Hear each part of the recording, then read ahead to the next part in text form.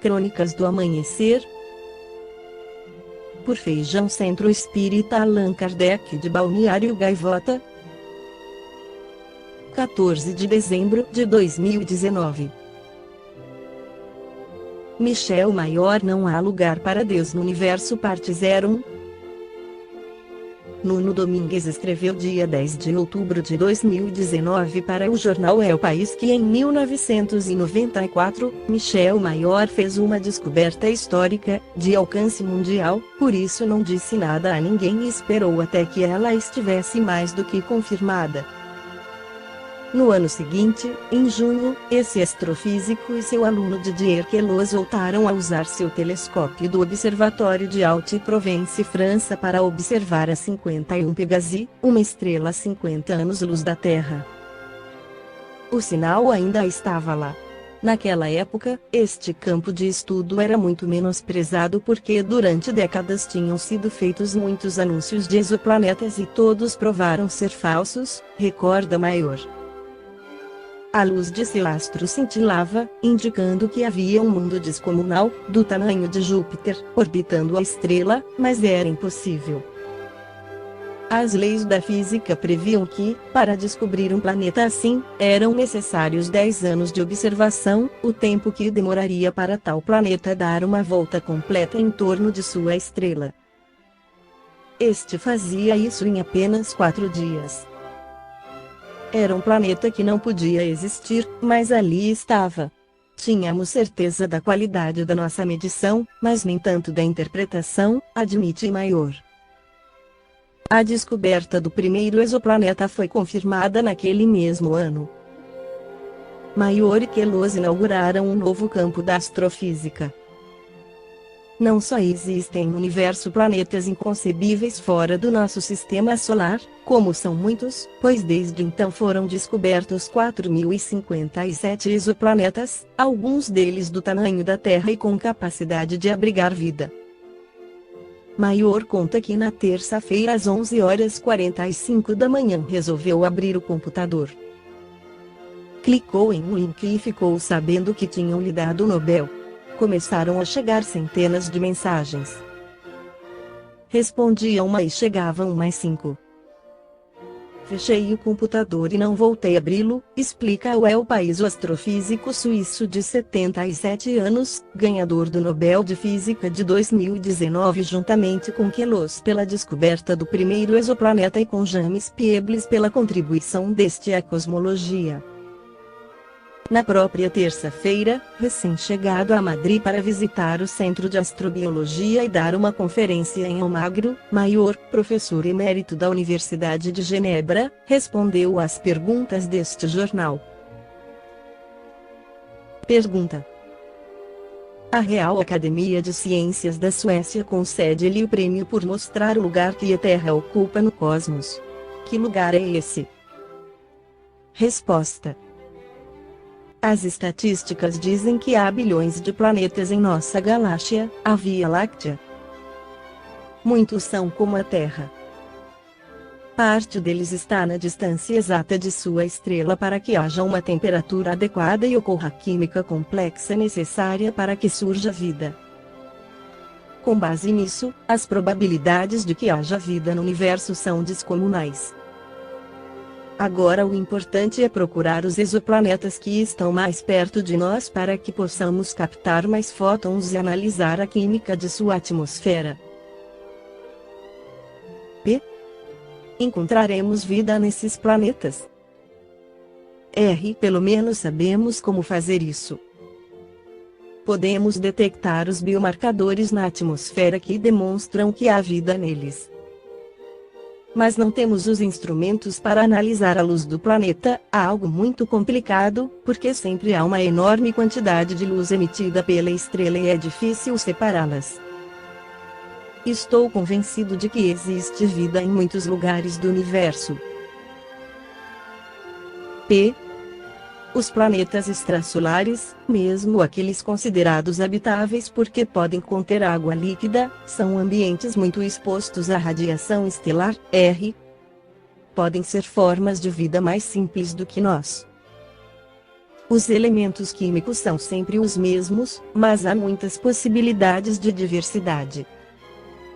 Pense, por exemplo, na Terra, no quanto os animais que vivem sobre a Terra são diferentes dos que estão no oceano, ou em um deserto, ou em uma floresta, como é realmente a vida em outros planetas. É uma questão preciosa e enorme para a próxima geração. P. Giordano Bruno, que foi queimado pela Igreja no século XVII, propôs que existem muitos outros sistemas no universo, o que não se encaixa no relato cristão da criação. Qual é o lugar de Deus no universo? A visão religiosa diz que Deus decidiu que houvesse vida apenas aqui, na Terra, e a criou. Os fatos científicos dizem que a vida é um processo natural. Acredito que a única resposta é investigar e encontrar a resposta, mas para mim não há lugar para Deus no universo. Discordamos da afirmação de Michel Mayor, ganhador do Prêmio Nobel de Física de 2019, quanto a não haver lugar para Deus no universo. Como prova apresentamos as perguntas de 4 a 9 do capítulo 1 do Livro dos Espíritos de Allan Kardec, onde ele esclarece sobre as provas da existência de Deus. 4. Onde podemos encontrar a prova da existência de Deus? No axioma que aplicais às vossas ciências não há efeito sem causa. Procurai a causa de tudo o que não é obra do homem e vossa razão vos responderá. Comentário de Kardec: para crer em Deus é suficiente lançar os olhos às obras da criação. O universo existe, ele tem, portanto, uma causa. Duvidar da existência de Deus seria negar que todo o efeito tem uma causa, e avançar que o nada pode fazer alguma coisa. 5. Que consequência podemos tirar do sentimento intuitivo, que todos os homens trazem consigo, da existência de Deus? Que Deus existe, pois de onde lhes virá esse sentimento, se ele não se apoiasse em nada? E uma consequência do princípio de que não há efeito sem causa. 6. O sentimento íntimo da existência de Deus, que trazemos conosco, não seria o efeito da educação e o produto de ideias adquiridas. Se assim fosse, porque os vossos selvagens também teriam esse sentimento? Comentário de Kardec: se o sentimento da existência de um ser supremo não fosse mais que o produto de um ensinamento, não seria universal e nem existiria, como as noções científicas, senão entre os que tivessem podido receber esse ensinamento. 7. Poderíamos encontrar a causa primária da formação das coisas nas propriedades íntimas da matéria. Mas, então, qual seria a causa dessas propriedades? E sempre necessária uma causa primária.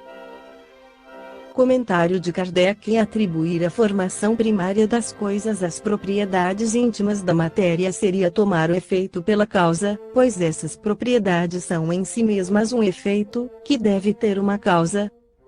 8. Que pensar da opinião que atribui a formação primária a uma combinação fortuita da matéria, ou seja, ao acaso? Outro absurdo. Que homem de bom senso pode considerar o acaso como um ser inteligente? E, além disso, o que é o acaso? Nada. Comentário de Kardec: a harmonia que regula as forças do universo revela combinações e fins determinados, e por isso mesmo um poder inteligente. Atribuir a formação primária ao acaso seria uma falta de senso, porque o acaso é cego e não pode produzir efeitos inteligentes. Um acaso inteligente já não seria um acaso? 9. Onde se pode ver, na causa primária, uma inteligência suprema, superior a todas as outras.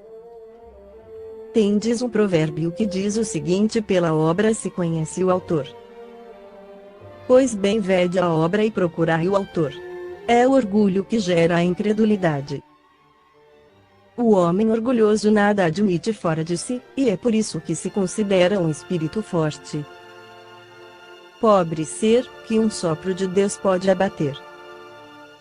Comentário de Kardec: julga-se o poder de uma inteligência pelas suas obras.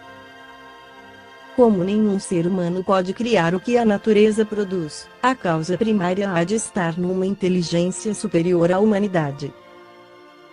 Sejam quais forem os prodígios realizados pela inteligência humana, esta inteligência tem também uma causa e, quanto maior for a sua realização, maior deve ser a causa primária.